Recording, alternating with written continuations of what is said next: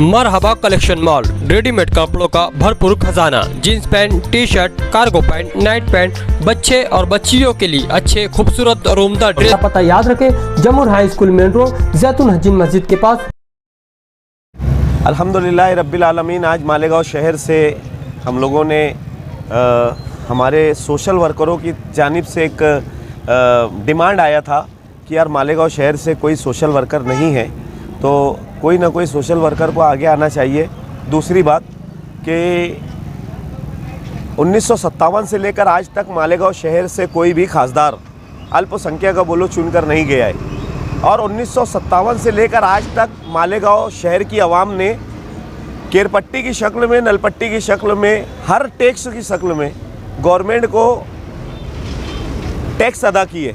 लेकिन जो भी खासदार मालेगांव शहर से चुन कर गया है, आज तक उसने अपने बजट का कुछ भी पैसा, कुछ भी मालेगांव शहर के अंदर खर्च नहीं किया। मालेगांव शहर से हम लोगों ने कई लाखों कॉरपोरेटर देखे, उसके अलावा हम लोगों ने कई महापौर देखे, उसके अलावा हम लोगों ने कई आमदार देखे, उसके अलावा हम लोगों ने मिनिस्टर देखे मालेगांव शहर से। लेकिन मालेगांव शहर का आज तक हम लोगों ने खासदार नहीं देखा। हम लोगों का मकसद ये था सबसे पहला तो कि मालेगांव शहर को हमेशा यहाँ पर लोग आए मालेगांव शहर में, और इन्होंने मालेगांव शहर के लोगों की वोट ले ली। जैसे कि इससे पहले हम लोगों ने जब से देखा है, मतलब राजकारण में हम लोग उतरे हैं, तो अमरेश भाई पटेल उसके पहले भी वो आए, उन्होंने कम से कम 2 से 2.5 लाख वोट लेकर चले गए, लेकिन कभी उन्होंने मालेगांव की तरफ पलट कर नहीं देखा।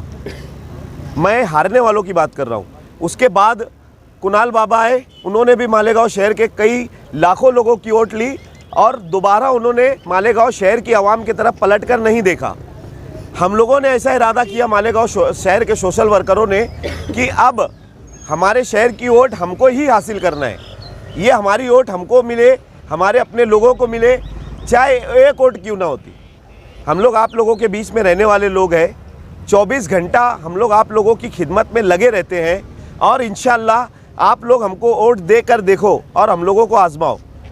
हम अगर अल्लाह ने हमको नवाजा तो भी हम आपकी खिदमत में हाजिर रहेंगे, और जो अल्लाह की मर्ज़ी तो भी हम आप लोगों की खिदमत में हाजिर रहेंगे। हम लोगों ने देखा कि मालेगांव शहर से एक प्लेटफॉर्म खाली है, वो प्लेटफॉर्म खासदार का खाली है।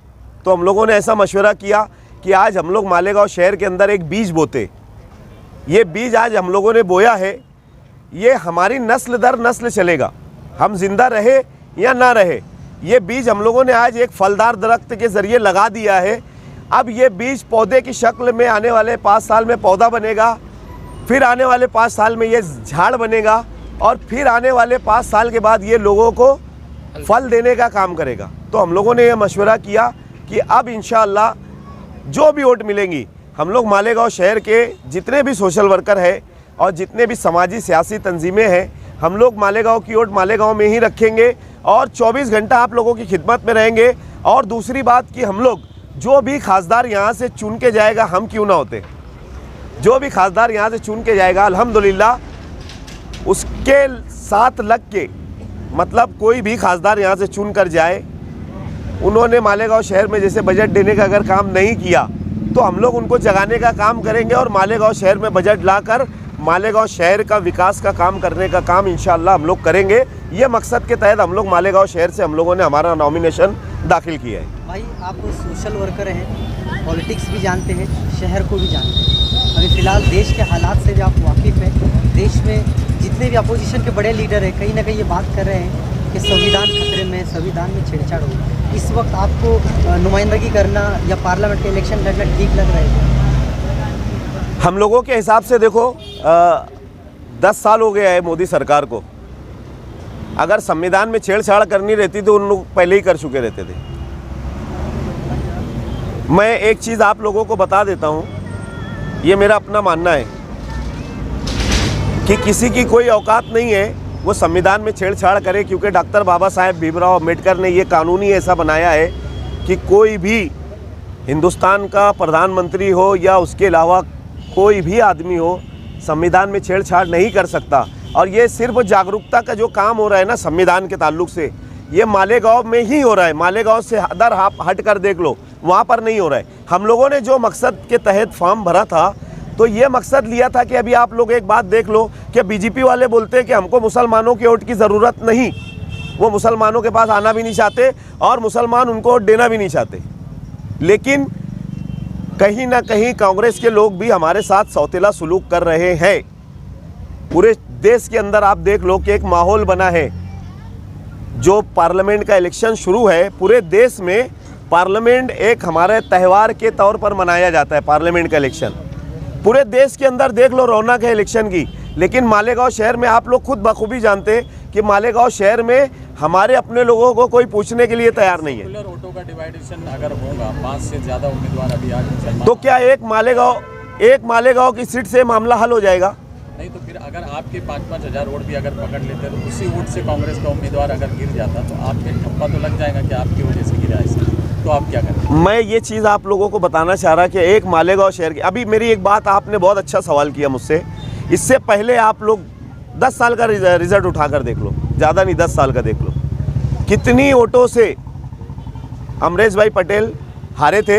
उसके बाद कितनी वोटों से कुणाल बाबा हारे थे? क्या 5000 वोटों से हारे थे?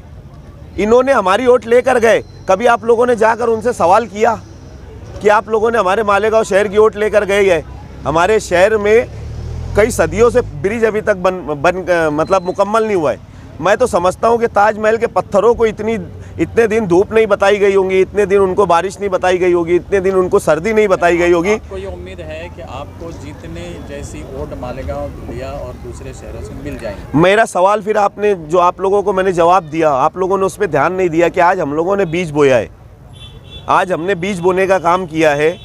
हम लोग अल्लाह पाक जो भी रिजल्ट निकाले, हम लोग अपोजिशन का काम करेंगे और इतना कड़क अपोजिशन का काम करेंगे कि 5 साल में आप लोगों को खुद एहसास होगा कि अब शायद मालेगांव से कोई खासदार का काम शुरू हुआ है। अभी तक हम लोगों ने खासदार का खो नहीं देखा है मालेगांव वालों ने। आपने नॉमिनेशन फाइल किया, अभी तो कुछ कर नहीं सकते। मौजूदा एमएलए मुफ्ती मोहम्मद इस्माइल कासमी के साथ आपके करीबी संबंध है, अभी तक उन्होंने किसी के साथ हिमायत नहीं की, क्या आप उन्हें कहेंगे हिमायत दे देना चाहिए?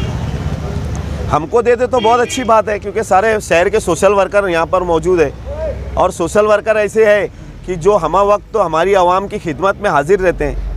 किसी भी ताल्लुक़ से बोलो, दवाखाने की फील्ड से बोलो या पुलिस स्टेशन की बोलो या सरकारी दरबारी, हर फील्ड से सभी सोशल वर्कर लगे रहते हैं और 24 घंटे लगे रहते हैं। अगर वो दे दे तो बड़ी अच्छी बात है, हम वेलकम करते हैं उनका। ओके, चलो।